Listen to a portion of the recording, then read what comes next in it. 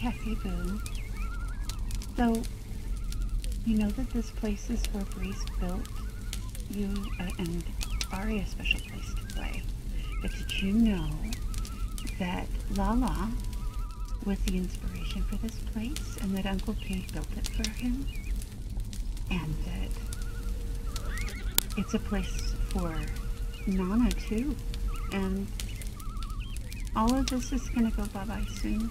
But we'll remember it forever because Foxy's going to make it beautiful for us and going to make a record. And then everybody will remember Auntie Breeze, and they'll remember Lala and Nana and you and Ari, because you'll be in the pictures forever and you'll always be like this, my little angel, forever and ever. So, shall I tell you a little bit, my little mouse, my little hawk, what this place is like? There's a beautiful, beautiful harbor where people walk in. And when they walk in and they look up, they can see Lala's statue, just like we used to have over at Spirit Nations, way back before you were born.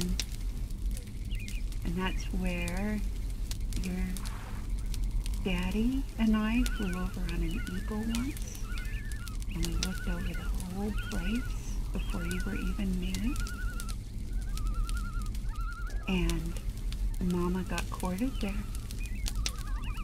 by Ari's daddy, and Ari's daddy and me got married there.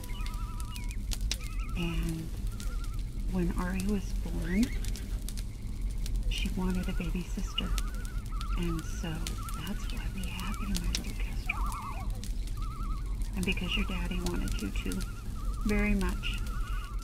Do you remember going over on the horses and riding with Lala and with your ate?